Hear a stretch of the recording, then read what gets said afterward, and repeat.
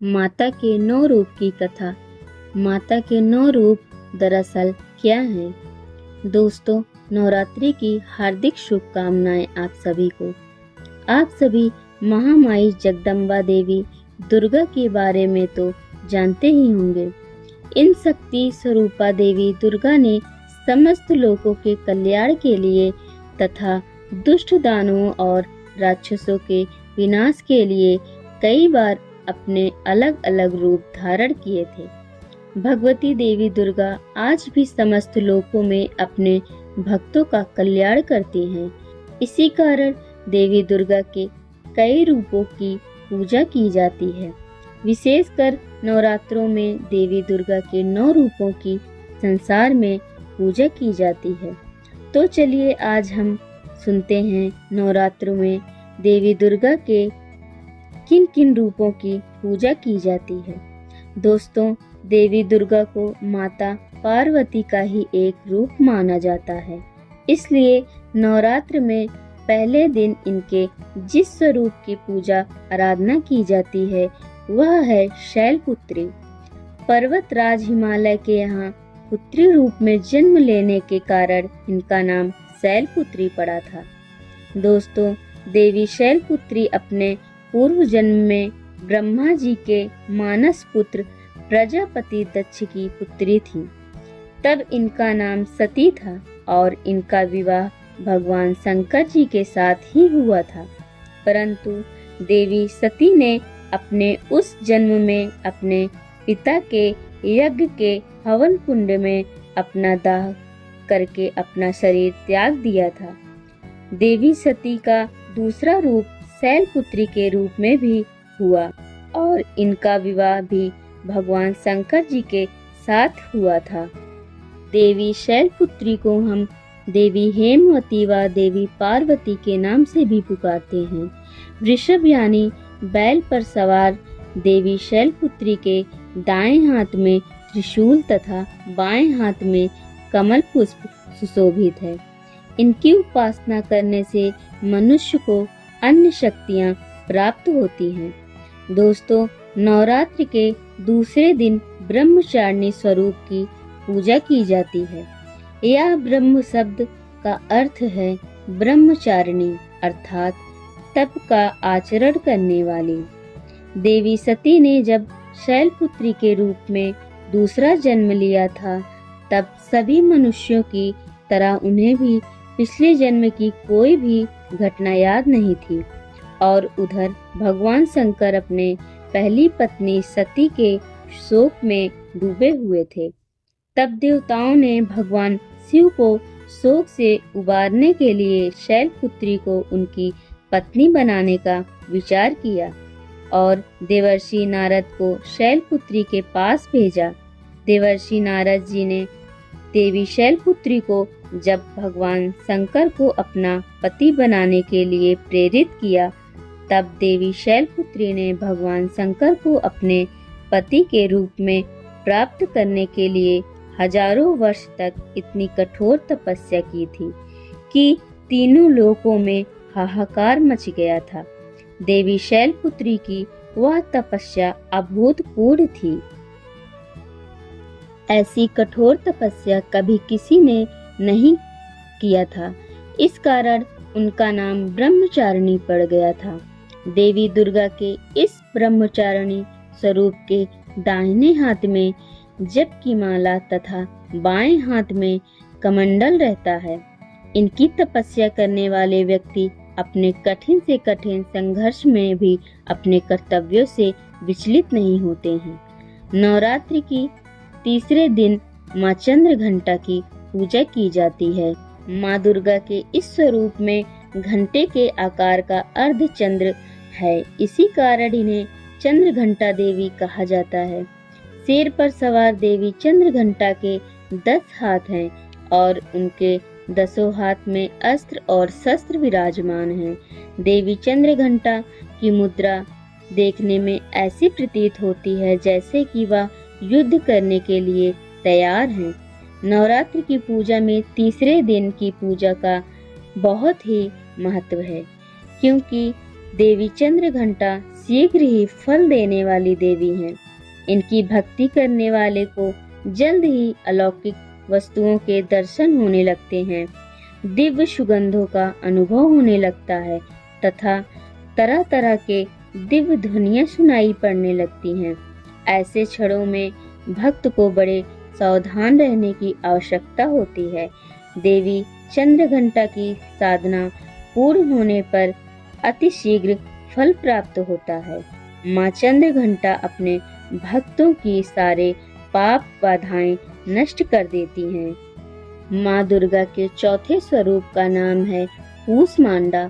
जब हमारे इस सृष्टि का कोई अस्तित्व नहीं था, चारों तरफ सिर्फ अंधकार ही अंधकार था, तब इन्हीं आदि शक्ति माँ दुर्गा ने ब्रह्मांड की रचना की। अंड अर्थात ब्रह्मांड को उत्पन्न करने के लिए ही आदि शक्ति ने इस स्वरूप को कूष्मांडा रूप में पुकारा जाता है। इनका निवास सूर्य लोक के भीतर के लोक में है, तभी इनके शरीर की कांति प्रथा सूर्य के ही समान है। इनके तेज की बराबरी कोई भी देवी देवता नहीं कर सकते हैं।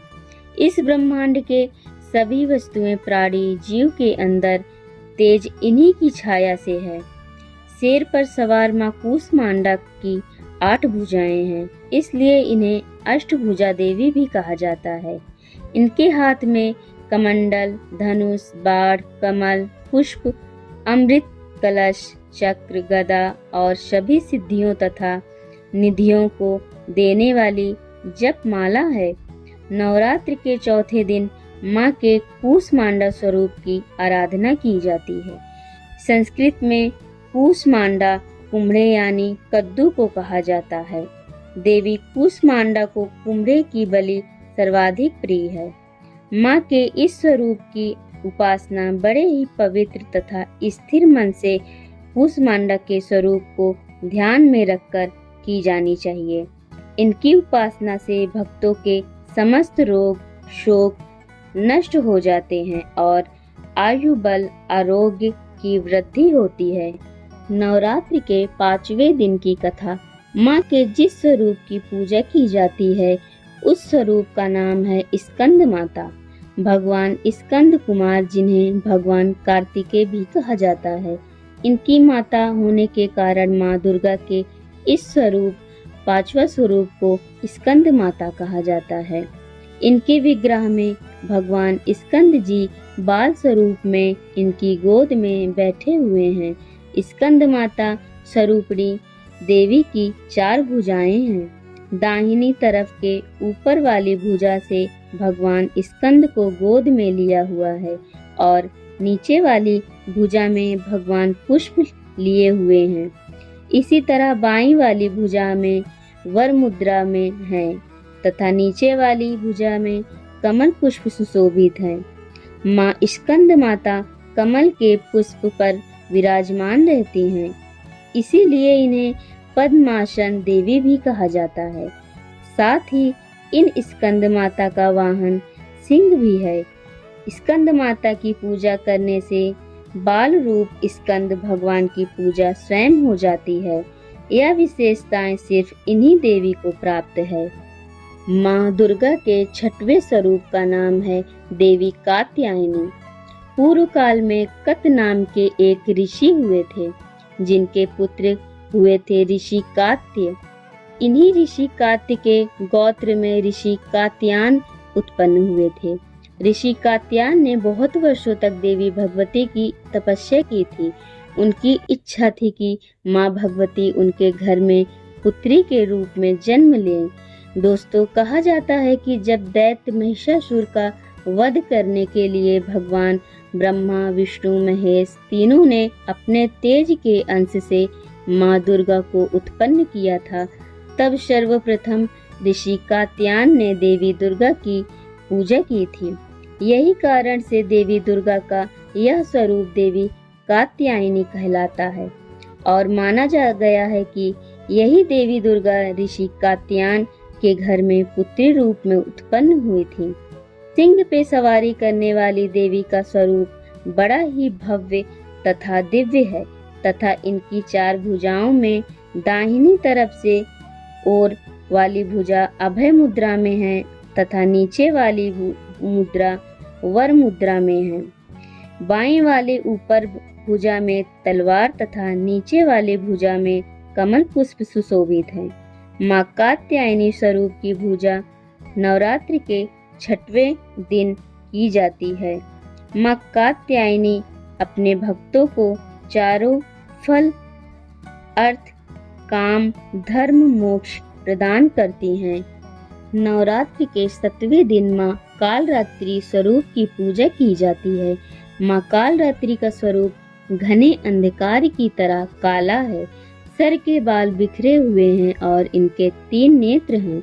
इनकी नाक से अग्नि की निरंतर ज्वालाएं निकलती रहती हैं। गधे पे सवार करने वाली मां कालरात्रि के दाहिने हाथ में की ऊपरी भुजा वर मुद्रा में है तथा नीचे वाली भुजा अभय मुद्रा में है।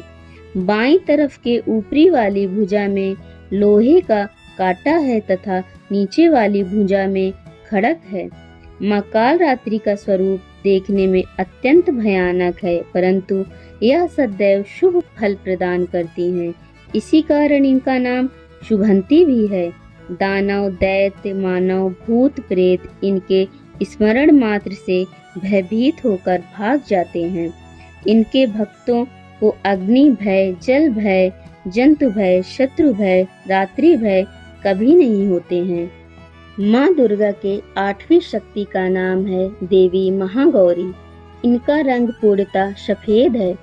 इनकी गौरता की उपमा शंख, चक्र, चंद्रमा और कुंद के फूल से दी गई है। देवी महागौरी की आयु 8 वर्ष की मानी गई है। इनकी वस्त्र आभूषण भी श्वेत हैं। वृषभ की सवारी करने वाली देवी महागौरी की 4 भुजाएं हैं। इनकी दाहिनी तरफ के ऊपरी हाथ अभय मुद्रा में है और नीचे वाले हाथ में त्रिशूल है और बाईं तरफ के ऊपरी वाली हाथ में डमरू तथा नीचे वाले हाथ वर मुद्रा में है।